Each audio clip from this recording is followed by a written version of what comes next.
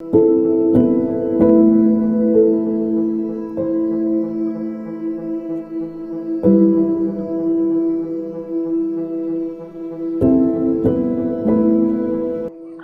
पूरे देश में शादी का सीजन जोरों पर है। गली मोहल्ले में बैंड बाजों की आवाजें गूंज रही है, मंडप सजा हुआ है और दो लोग एक नए जीवन की शुरुआत करने जा रहे हैं। तो ऐसे में शादी, जिसे भारतीय समाज का सबसे पवित्र और अटूट बंधन माना जाता है, इस पर बात करना तो बनता है।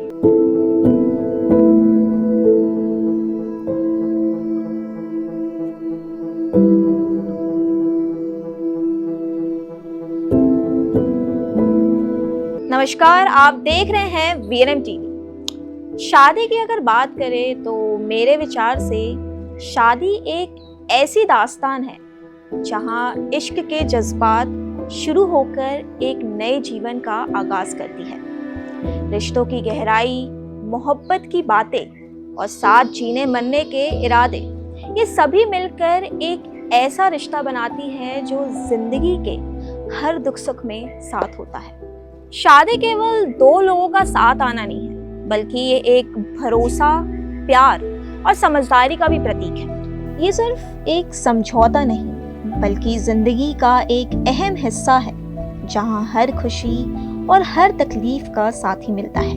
ये एक ऐसी मिसाल है जो दिखाती है कि दो अलग अलग परिवार मिलकर एक हो सकते हैं। शादी सिर्फ एक दिन का जश्न नहीं, बल्कि एक उम्र भर का रिश्ता है जो मोहब्बत और समर्पण के बल पर टिका होता है। लेकिन बदलते वक्त के साथ दुर्भाग्यवश शादी का ये जो रिश्ता है, उसके मायने और उसकी परिभाषा दोनों बदल गई है। वो लोग जो जिंदगी भर एक दूसरे का साथ निभाने का वादा करते थे, अचानक से जिंदगी के किसी एक पड़ाव पर बीच सफर में अलग होने का फैसला कर लेते हैं। पहले के जमाने में शादी एक लाइफ लॉन्ग कमिटमेंट माना जाता था।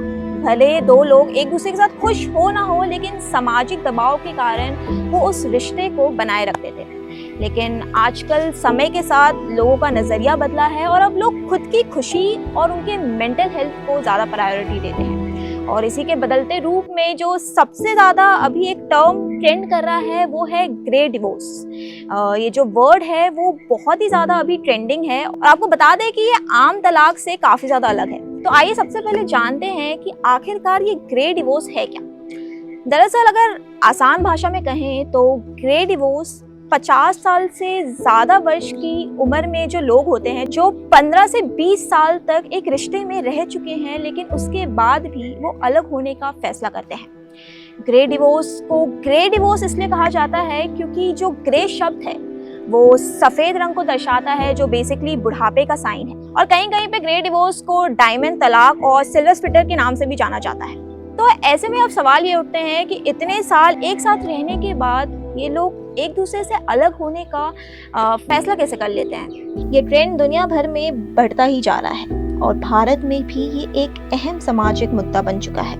और अभी हाल ही में तो सबसे ज्यादा चौंका देने वाली खबर सामने आई थी, जहां AR रहमान और सायरा बन्नू ने अपने 29 साल की शादी के बाद अलग होने का ऐलान करा।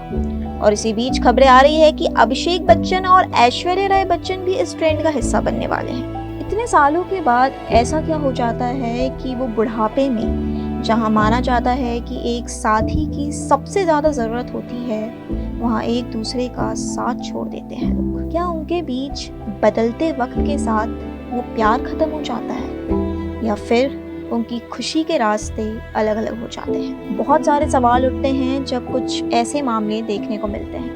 इस विषय को और गहराई से समझने के लिए और जानने के लिए इस वक्त हमारे साथ रजनी जी मौजूद हैं, जो एक साइकोलॉजिस्ट हैं और रिलेशनशिप काउंसलर भी हैं। इनके पास रिलेशनशिप से जुड़ी हर प्रॉब्लम्स का सॉल्यूशन होता है। तो आइए इनसे जुड़ते हैं और जानते हैं कि आखिर क्यों शादी के इतने साल बाद, साथ में रहने के बाद भी लोग अलग हो रहे हैं। तो सबसे पहले बहुत बहुत स्वागत है आपका रजनी जी वीएनएम टीवी पर। तो सबसे पहला सवाल ये है कि शादी में 20 से 25 साल एक साथ रहने के बाद ऐसा क्या हो जाता है कि लोग अलग होने का फैसला कर लेते हैं? एक्चुअली आप 20-25 साल या 50 इयर्स ऑफ मैरिज अगर सोचा जाए तो जो लोग 60s 70s में बॉर्न हुए लोग हो सकता है, बिकॉज इतने साल पहले का है। सो उस ज़माने में सोसाइटल जो रूल्स एंड रेगुलेशन था वो टोटली बहुत अलग थे।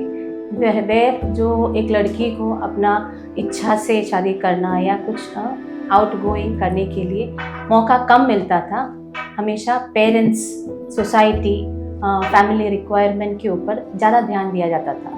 सो अगर लड़की को शादी करना है नहीं करना है उसका इच्छाएं कम जाना जाता था। सो उस ज़माने की शादियों में बहुत सारे ऐसे होती है कि कंपल्शन ऑफ मैरिज हो जाती है। ऐसा नहीं है कि लड़की ने पसंद किया और फिर शादी हुआ है। सो विलिंगनेस वहाँ बहुत कम रहती है रिलेशनशिप में। हाँ, लेटर ऑन लाइफ में हम लोग एडजस्टमेंट करके जो लाइफ है उनकी आगे बहुत अच्छे से बढ़ाते हैं। कई जगह पे एडजस्टमेंट नहीं हो पाती। उस टाइम ये जो डाइवर्स जो बोलती है ना, ग्रे डाइवर्स बोला जाता है, जिन्होंने बहुत ही ज़्यादा 50 इयर्स के बाद जो डाइवर्स के लिए जाते हैं उनको ग्रे डाइवर्स बोला जाता है, जो आजकल बहुत बढ़ रही है। लाइक अपने इंडिया में उतना नहीं है, बट कंपेरेटिवली अगर US और बाहर के देशों में देखा जाए, यंग जनरेशन के डाइवर्स से ज़्यादा ग्रे डाइवर्सेस ज़्यादा होती है। तो आपके लिए समाज के लिए एक पॉजिटिव साइन है या नेगेटिव साइन है? समाज के लिए अगर देखा जाए, बिकॉज एक फैमिली रिलेशन मतलब father, mother, children, grand parents सारे इन्वॉल्व होते हैं, राइट। सो अगर सोसाइटी की तरह देखा जाए, सोसाइटी के लिए आसपास के पड़ोसी या उनके रिलेटिव्स क्या बोलते हैं बहुत मायने रखते हैं। सो अगर एक व्यक्ति 25 साल या 30 साल या 50 साल के बाद डाइवर्स करना चाहते हैं, पहला सवाल ये उठती है, इतने साल के बाद मैं सबके सामने कैसे आगे निकल के फेस कैसे करूँगी उनको। सो वो एक सबसे बड़ा सवाल समाज के लिए रहती है, सोसाइटी, फैमिली मेंबर्स के लिए रहती है। सपोज जिस व्यक्ति का 50 साल का शादी हो गया, मतलब उनके बच्चों की भी शादी होगी, उनके ग्रैंड चिल्ड्रन भी होंगे। सो उनके लिए लोगों को फेस करना एक इतना बड़ा चैलेंज हो जाते हैं कि उनको वो सपोर्ट जो फैमिली से मिलना चाहिए वो नहीं मिलता है। तो सोसाइटी के लिए एक बड़ा क्वेश्चन हो जाता है कि इतने साल उन लोग साथ रहने के बाद क्या कारण हो सकता है कि ये सेपरेट होना चाहते हैं। सो ऑब्वियसली समाज के लिए एक बड़ा क्वेश्चन मार्क जैसा ही है कि क्यों इतने साल के बाद लोग सेपरेट होना चाहते हैं। तो जो दो लोग अलग होते हैं उन पर मेंटली क्या बीतती है ऐसी परिस्थितियों में? ऑब्वियसली जब भी शादी से सेपरेट होना चाहते हैं, हर जगह पे ऐसा नहीं होता है कि दोनों को डाइवर्स चाहिए। हो सकता है किसी एक व्यक्ति ने चीट किया हो, या किसी एक व्यक्ति को बहुत फिजिकली हैरेसमेंट हो रहा हो, या किसी एक व्यक्ति को मॉनेटरी प्रॉब्लम हो रहा हो।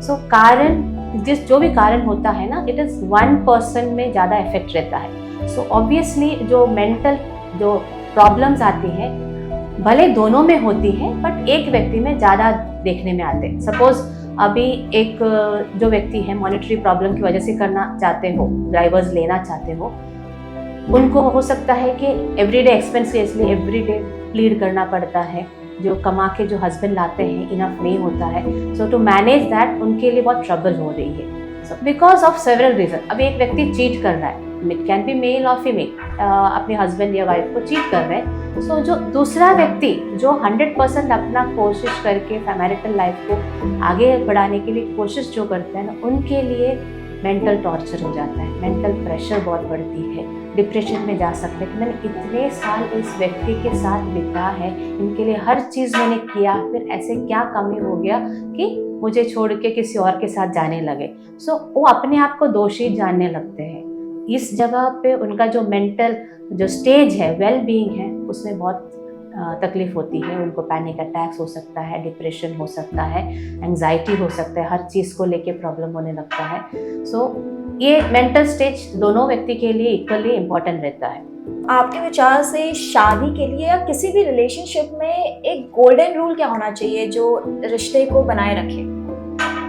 मेरी तरफ से अगर सोचा जाए, क्योंकि मैंने बहुत सारे केसेस यंगस्टर्स के, senior citizen 70s and 80s के एज के कपल्स के भी काउंसलिंग किया है, जहाँ पे कम्युनिकेशन मेजर गैप रहती है कि वो अपने पार्टनर से जो उनको कहना चाहिए वो फ्रीली कह नहीं पाते।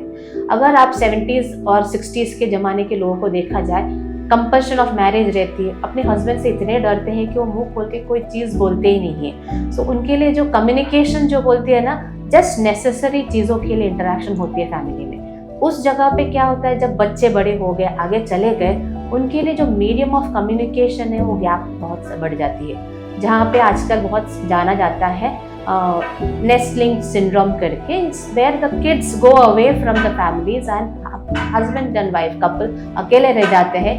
और थ्रू आउट द ईयर 25 साल 30 साल उन्होंने बहुत ज़्यादा अपने बारे में या अपने को लेके कोई चीज़ों में बहुत इंटरेक्ट नहीं किया है। हमेशा बच्चों को लेके, उनके पेरेंट्स को लेके या कोई रिलेशन को लेके बात हुई है।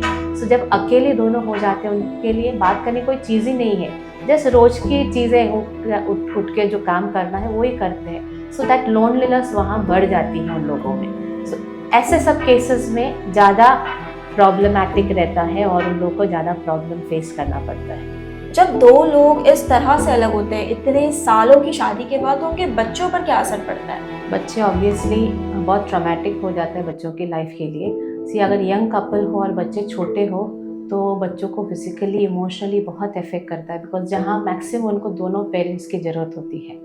सो वहाँ पे उनको लव एंड केयर जो इमोशनली मिलना चाहिए वो नहीं मिल पाता है, क्योंकि वो डिसाइड नहीं कर पाते बच्चे भी कि मुझे किसके साथ जाना चाहिए, मम्मा के साथ जाना चाहिए कि पापा के साथ जाना चाहिए, किसको मैं ज़्यादा प्यार करता हूँ। सो उनके लिए एक क्वेश्चन मार्क हो जाती है लाइफ का, एंड देन वो आगे जो इमोशनल ग्रोथ होना चाहिए उस एज पे वो नहीं हो पाते। सेम वे अगर अडल्ट बच्चे हों तो उन लोगों को ऐसा लगता है कि मेरे पेरेंट्स आइडियल पेरेंट्स है जो उन्होंने सोसाइटी में दिखाया था, अब उस वैल्यूज़ जो है चेंज हो रही देख के उन लोगों में प्रॉब्लम होती है कि नहीं देखो आपके पेरेंट्स इस उम्र में सेपरेट होना चाहते हैं, इस उम्र में उन लोग साथ में नहीं रहना चाहता है, क्या कारण हो सकता है। बट ये सिचुएशन में लोग जो फैमिली मेम्बर्स है इन लोगों को, कपल्स को बहुत हेल्प कर सकते हैं। बिकॉज मैंने रिसेंटली एक केस डील किया जहाँ पे बहुत सीनियर कपल्स थे, आई थिंक 75 अबव के कपल थे, एंड उनका ऐसा था कि एवरी डे कुछ ना कुछ प्रॉब्लम होती है, आर्ग्यूमेंट्स होती हैं, and mother was very depressed, तो वो ओपन अप होके बात नहीं कर पाती थी। बट उधर जो है ना बेटी ने ये चीज़ ऑब्जर्व किया, and then she was the one जो लेके आए सेंटर में मेरे साथ। सो काफ़ी सेशन लेने के बाद आई कॉल दैट अंकल या दैट जो भी उनके हस्बैंड थे उनको भी बुलाया, जब बातचीत किया छोटे छोटे चीज़ों को लेके था उनके जो बीच में अनबन हो रही थी। सो ये चीज़ों को हम बहुत अच्छी तरीके हैंडल कर सकते हैं अगर फैमिली मेम्बर्स ये चीज़ को समझ के उसको सॉल्व करने के लिए उनकी मदद करें।